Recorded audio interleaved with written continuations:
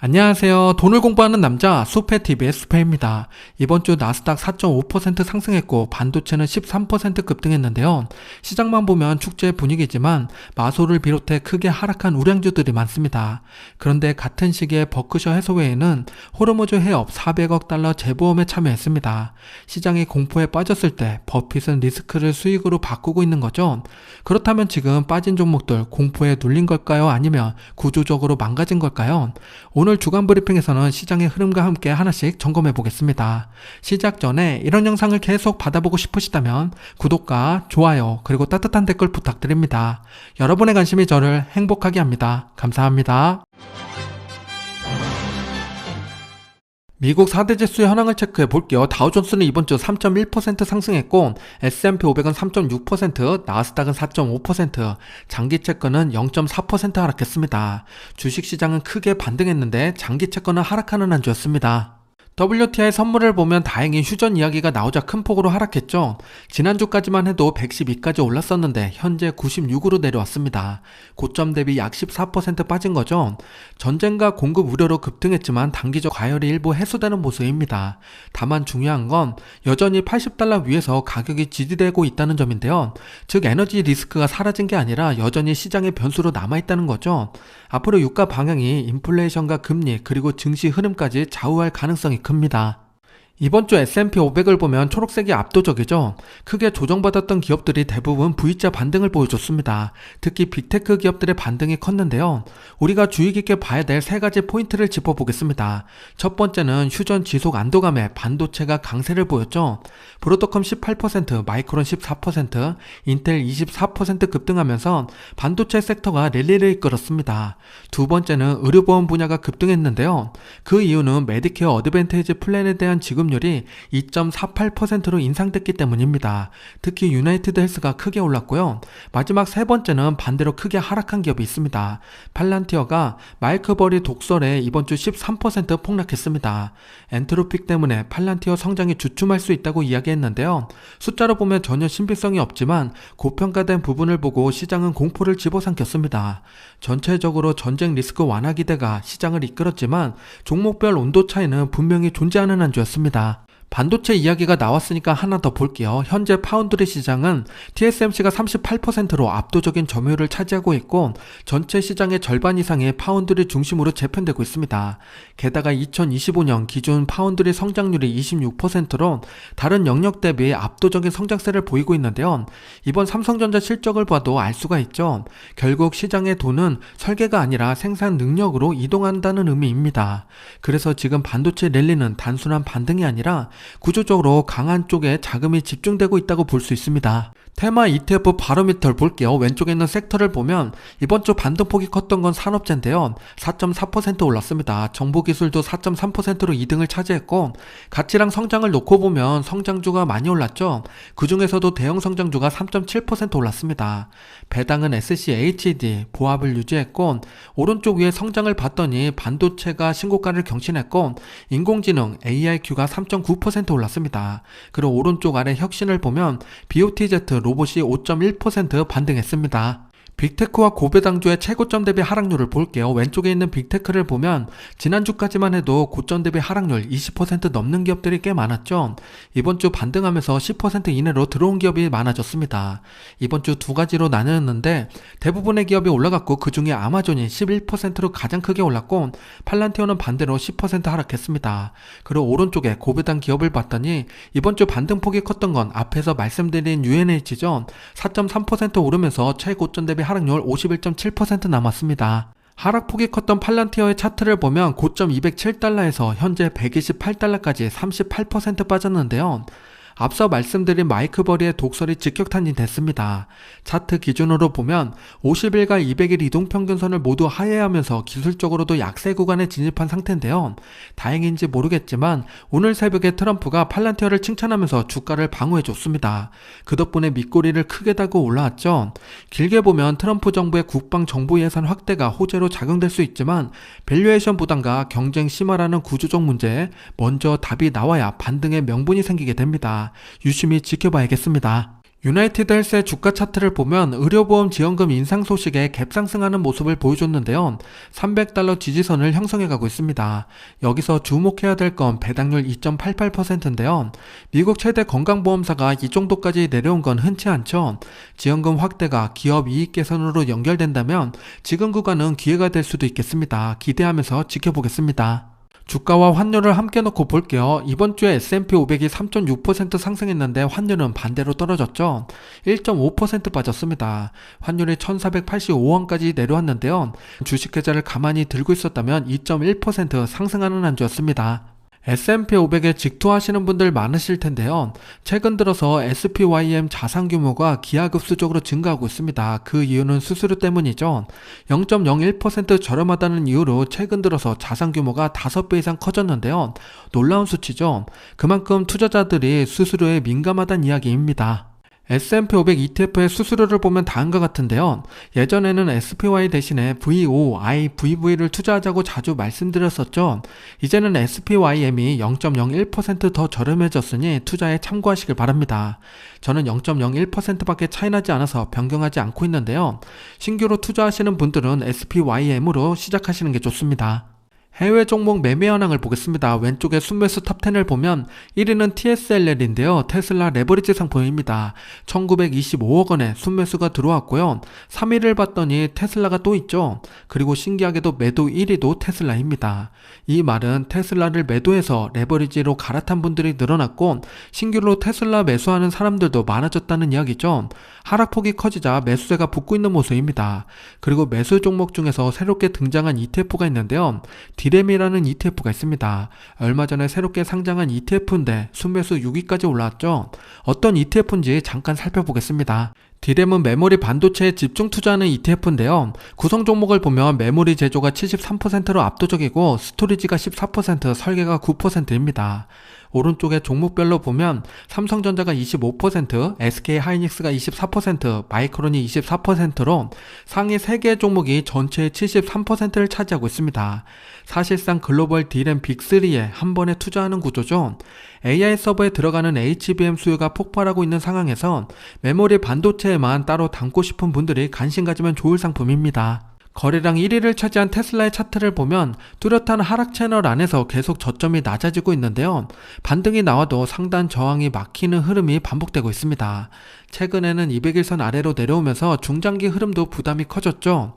이번 1분기 실적 발표에서 마진율도 중요하겠지만 핵심은 미래 비전을 어떤 숫자로 보여주느냐입니다. 명확한 숫자가 나와야 시장이 반응할 텐데요. 이 하락 채널을 깨트리는 트리거가 될 수 있을지 주목해야 될 구간입니다. 2026년 1분기 ETF 수익률 상위 7개를 보면 시장이 어디로 돈을 몰고 있는지 한눈에 보이는데요. 1위는 유주선 해운 ETF로 411% 수익이 났습니다. 전쟁과 해업 리스크가 만들어낸 결과죠. 나머지도 보면 브라질 에너지 레버리지, 유가 레버리지, 원자재까지 있는데요. 상위 7개 중에 6개가 에너지와 원자재 관련입니다. 변동성 ETF 하나가 끼어있는 것도 시장의 불안을 보여주고 있죠. 결국 1분기는 전쟁과 유가가 시장을 지배한 분기였습니다. 문제는 2분기에도 이 흐름이 이어질 것인가인데요. 그건 해업 정상화 여부에 달려 있습니다. 국내 상장 해외 ETF 수익률도 짚어보겠습니다. 상위 수익률을 보면 중국 반도체, AI 반도체 관련 ETF들이 줄줄이 상위권을 차지하고 있죠. 즉 반도체 안에서도 글로벌 생산과 공급망 쪽으로 자금이 쏠리고 있다는 의미입니다. 반면에 하위 수익률을 보면 미국 소프트웨어, 클라우드 ETF가 부진한 흐름을 보이고 있죠. 결국 지금 시장은 같은 기술주더라도 어디에 속해 있느냐에 따라서 성과가 완전히 갈리고 있습니다. 섹터가 아니라 포지션이 중요한 장세입니다. 우리 주식계좌에 중요한 이슈가 되는 이번 주 기사 5가지를 보겠습니다. 첫 번째는 인도 이야기인데요. 인도가 이란산 원료를 실은 선박의 입항을 허용했습니다. 제재 리스크가 여전히 존재하는 상황에서도 에너지 확보를 선택한 건데요. 이건 단순한 한 나라의 결정이 아니라 글로벌 에너지 흐름이 흔들리고 있다는 신호입니다. 지금 시장은 규제보다 생존을 먼저 선택하고 있습니다. 핵심은 해협이 완전히 막히느냐 아니면 부분적으로 유지되느냐죠. 완전 봉쇄 가능성은 낮지만 긴장만으로도 운임과 보험료는 이미 오르기 시작했습니다. 에너지 수입 비용이 올라가면 세계 사회 원유 소비국인 인도 입장에서는 직격탄이 되겠죠. 단기적으로는 제조업과 수입 의존 기업 중심으로 증시에 압박이 될 수 있습니다. 인도 증시는 한번 크게 밀렸다가 빠르게 V자 반등이 나왔는데요. 이건 단순한 반등이 아니라 에너지 리스크 속에서도 자금이 빠져나가지 않았다는 신호죠. 결국 시장은 불확실성보다 성장 기대를 선택하고 있습니다. 지금 인도는 흔들리면서도 외국 자본 유출이 멈추고 반대로 돈이 들어오는 구조로 바뀌고 있습니다. 두 번째 기사는 아마존 이야기인데요. 앤디 제시 CEO가 올해 AI 설비 투자에 295조 원을 쏟아붓겠다고 밝혔습니다. AI는 일생일대의 기회라는 표현까지 썼는데요. 이건 단순한 투자 확대가 아니라 AI 경쟁이 기술이 아니라 자본 전쟁 단계로 넘어갔다는 의미입니다. 지금 시장에서 중요한 건 누가 더 좋은 AI를 만드냐가 아니라 누가 더 많이 더 빠르게 투자하느냐입니다. 아마존은 이번 주주 서한에서 AI를 통해서 비용 구조 자체를 바꾸겠다고 밝혔는데요. 특히 물류, 고객 서비스, 광고까지 전 영역에 AI를 적용해 운영 효율을 근본적으로 개선하겠다는 점을 강조했는데요. 이건 성장을 넘어서 이익 구조를 다시 설계하겠다는 선언입니다. 주주 서한에서 CEO가 강조한 투자 방향은 크게 네 가지인데요. 첫 번째는 AI는 선택이 아니라 필수라는 점입니다. AWS 생성형 AI 그리고 자체 칩에 집중 투자하겠다고 못을 박았고요. 두 번째는 AWS 성장성은 좋은데 전력이 부족하다고 이야기합니다. 2025년에만 3.9GW의 신규 전력을 확보했는데 수요가 공급을 넘어서고 있다고 합니다. 역시 병목은 전력에서 일어나고 있고요. 세 번째는 비용 절감 단계는 끝났고 이제 수익 턴어라운드 구간이라고 합니다. 영업이익이 86% 증가하면서 마진이 본격적으로 확대되고 있다고 하고요. 마지막 네 번째는 자체 칩 사업이 폭발적으로 성장하고 있다고 합니다. 기존 GPU 대비 모두 앞서는 성적을 보여주고 있습니다. 아마존은 지금 돈을 쓰고 있는 게 아니라 다음 수익 구조를 깔고 있는 겁니다. 아마존의 주가 차트를 보면 248달러대에서 197달러까지 20% 이상 급락이 나왔습니다. 그런데 최근에 238달러까지 빠르게 되돌렸죠. 저점 대비 20% 넘게 반등이 나왔습니다. 휴전 이야기와 함께 주주 서한이 나오자 타이밍이 맞물린 거죠. 295조 원 투자가 단순한 비용이 아니라 이미 고객 약정이 확보된 수익 파이프라인이라는 메시지가 시장에 신뢰를 줬습니다. 아직 정고점을 탈환하지 못했지만 방향은 분명히 바뀌었습니다. 세 번째 기사는 기준금리 전망에 대한 이야기인데요. 전쟁 리스크가 커지면서 시장이 다시 인플레이션을 걱정하기 시작했습니다. 이에 대해 연준은 금리 인상도 인하도 모두 가능하다는 입장을 내놨는데요. 이건 방향을 정했다기보다 상황에 따라서 언제든 바뀔 수 있다는 신호입니다. 지금 시장은 확신이 아니라 불확실성 위에서 움직이고 있습니다. 이번 주에 나온 FOMC 의사록을 보면 세 가지 핵심이 있는데요. 첫 번째는 에너지 쇼크로 인한 스태그플레이션 압력을 명시했습니다. 물가는 오르는데 성장을 둔화되는 가장 까다로운 조합이죠.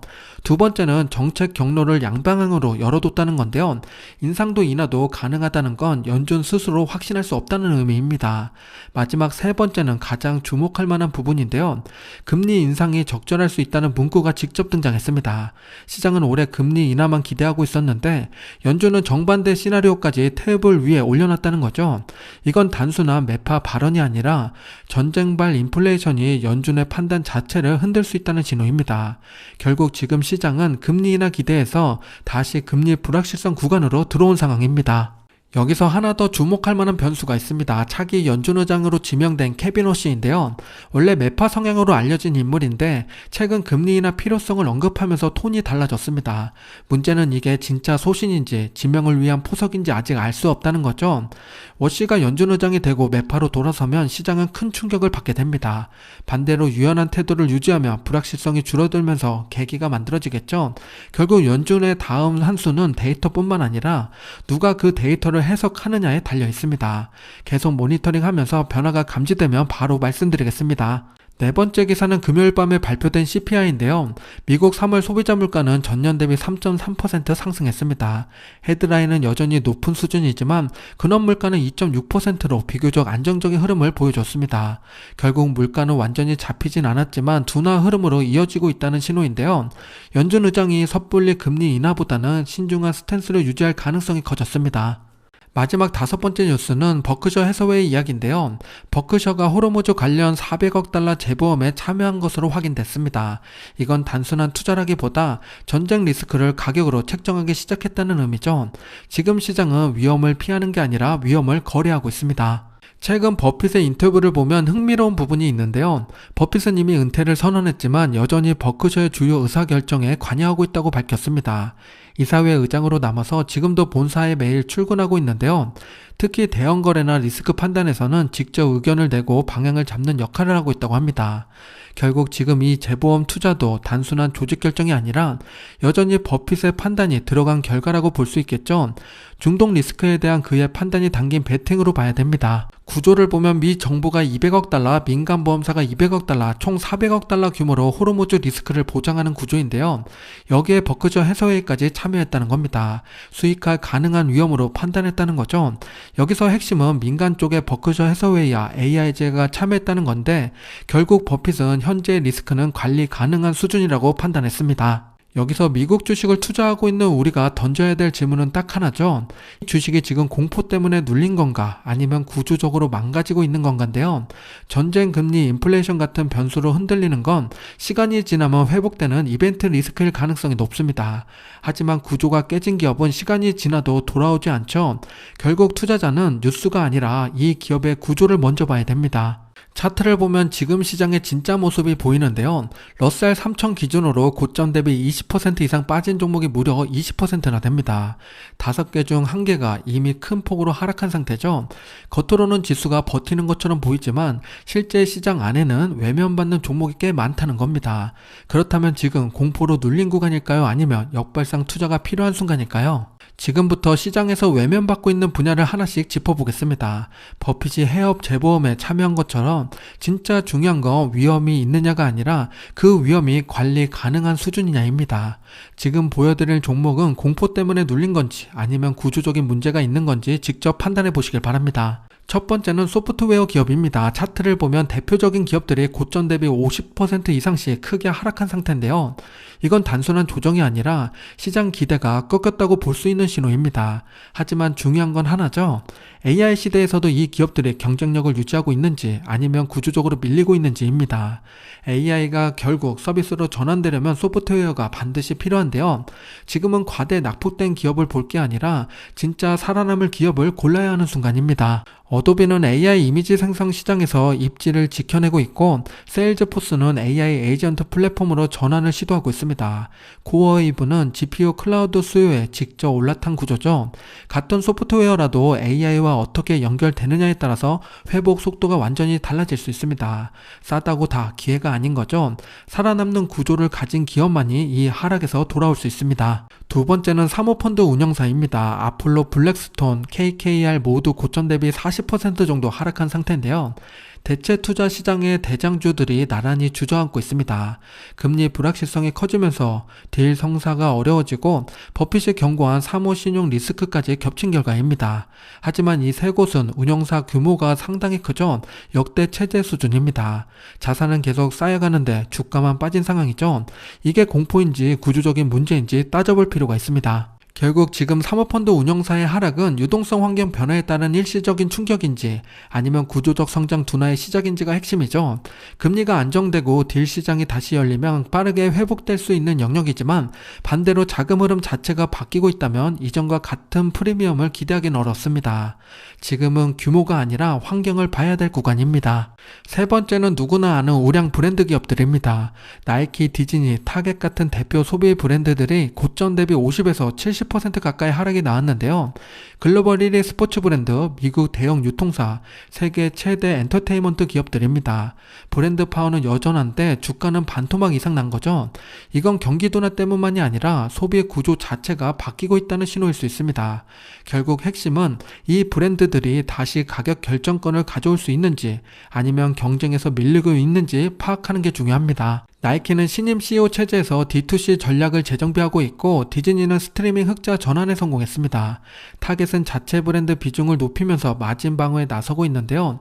세 기업 모두 무너진 게 아니라 체질을 바꾸고 있는 중입니다. 다만 체질 개선이 실적으로 증명되기 전까지 시장의 인내심이 제한적이죠. 다음 분기 실적에서 변화의 숫자가 나올지 갈림길에 서게 됩니다. 마지막 네 번째는 초대형 시총기업입니다. 메타, 마이크로소프트, 넷플릭스까지 시장을 이끌던 기업들이 고점 대비 20에서 30% 조정을 받고 있는데요. AI 투자와 밸류에이션 부담이 동시에 작용된 결과입니다. 하지만 구조적으로 망가진 걸까요? 아니면 기대가 가열됐기 때문에 정상화되는 과정일까요? 이 질문에 대한 답이 지금 시장의 방향을 결정짓고 있습니다. 실적을 보면 답이 비교적 명확해지는데요. 메타는 광고 매출이 여전히 두 자릿수 성장을 보여주고 있고, 넷플릭스는 구독자 확대와 광고 모델 도입으로 수익원을 늘리고 있습니다. 마이크로소프트도 AI 코파일럿이 기업 시장에 빠르게 침투하고 있는데요. 세 기업 모두 현금 흐름이 사상 최대 수준입니다. 과열된 기대가 식었을 뿐 펀더멘탈이 무너진 건 아니죠. 오히려 이 가격대가 장기 투자자에게는 드문 진입 구간일 수 있습니다. 시장에서 외면받고 있는 네 가지 분야를 정리하면 다음과 같습니다. 소프트웨어는 AI로 인한 구조 변화와 밸류에이션 부담이 동시에 작용됐고, 사모펀드는 고금리 장기화와 유동성 위축이 리스크로 부각됐습니다. 우량 브랜드 기업은 소비 둔화와 경쟁 심화로 흔들리고 있고, 초대형 기술주는 AI 투자 부담과 규제 리스크가 겹쳐져 있습니다. 이 하락이 일시적인 압박인지 아니면 구조적 변화인지 구분하는 게 중요한데요. 빨간색 부분이 해결되면 일시적인 압박이니 유심히 지켜보고 대응해야겠습니다. 지금 시장은 선별적으로 움직이고 있는데요. 과대 낙폭됐다고 모든 기업이 한꺼번에 오르지는 않겠죠. 먼저 돌아오는 종목이 있고 끝까지 못 돌아오는 종목이 있습니다. 그 차이를 만드는 건 결국 하락의 원인이 일시적이냐 구조적이냐, 여기에서 차이가 나고, 지금 여러분의 포트폴리오에 담긴 종목을 한번 점검해 보셔야 됩니다. 이 종목이 3년 뒤에도 살아있는 기업인가를 보셔야 됩니다. 만약 그 판단이 어렵다면 방법이 하나 더 있는데요. 미국 지수 ETF에 투자하는 겁니다. 2009년 이후에 17년 중에 15년이 플러스였고, 마이너스였던 2018년과 2022년 다음에는 매번 강하게 반등이 나왔습니다. 개별 종목에서 공포와 구조적 문제를 구분하기 어려운 분들은 시장 전체에 투자하는 것도 충분히 좋은 전략입니다. 다음 주 배당나기를 보겠습니다. 4월 13일부터 24일까지고요. 에브비, 에보트, 콜게이트, 로스, 클로럭스가 있습니다. 배당 투자자분들은 참고하시길 바랍니다. 다음 주 주요 일정을 보면 실적 발표하는 기업들이 꽤 많은데요. 주요 기업을 보면 13일에 골드만삭스, 14일에 JP모건, 15일에 ASML, 16일에 TSMC, 넷플릭스가 있습니다. 특히 ASML과 TSMC 실적은 AI 투자 사이클이 여전히 살아있는지 확인하는 핵심 지표가 될 겁니다. 변동성을 대비해야겠습니다. 마지막으로 찰리먼거의 명언을 공유드리면서 마무리 짓겠습니다. 뛰어난 사업은 약간의 나쁜 경영도 견딜 수 있다입니다. 요즘같이 변동성이 심할 때는 뛰어난 사업을 저평가하는 경우가 많은데요. 내가 투자하고 있는 기업을 보면서 왜 투자하게 됐는지 다시 한번 꼼꼼히 점검하는 시간을 가져봐야겠습니다. 잠깐 이벤트 보고 올게요. 요즘 AI 인프라에 관심 많으시죠? 반도체부터 전력까지 투자하는 분들 많으실 텐데요. 반도체 전력, 다음은 광통신이라는 말 들어보셨나요? AI 인프라의 흐름이 이제 데이터 전송 속도 경쟁으로 넘어가고 있습니다. 서버 1만 대를 한 몸처럼 연결하는 광속 네트워크가 그 중심이죠. 마침 삼성 자산운용 코덱스에서 이 흐름을 담은 신규 ETF 이벤트를 진행해서 소개해드립니다. 이벤트 대상 ETF를 10주 이상 매수하고 인증하면 되는데요. 정말 간단하죠? 추첨을 통해 300명에게 스타벅스 모바일 금액권 1만원을 드린다고 하니 가볍게 참여해보시면 좋을 것 같습니다. 이벤트 기간은 3월 31일부터 4월 30일까지입니다. 이번에도 우리 구독자분들이 많이 당첨되길 기대해보겠습니다. 자세한 내용은 아래 고정 댓글을 확인하시기 바랍니다. 오늘 영상이 마음에 드셨다면 구독과 좋아요 부탁드립니다. 즐거운 주말 행복한 시간 보내세요.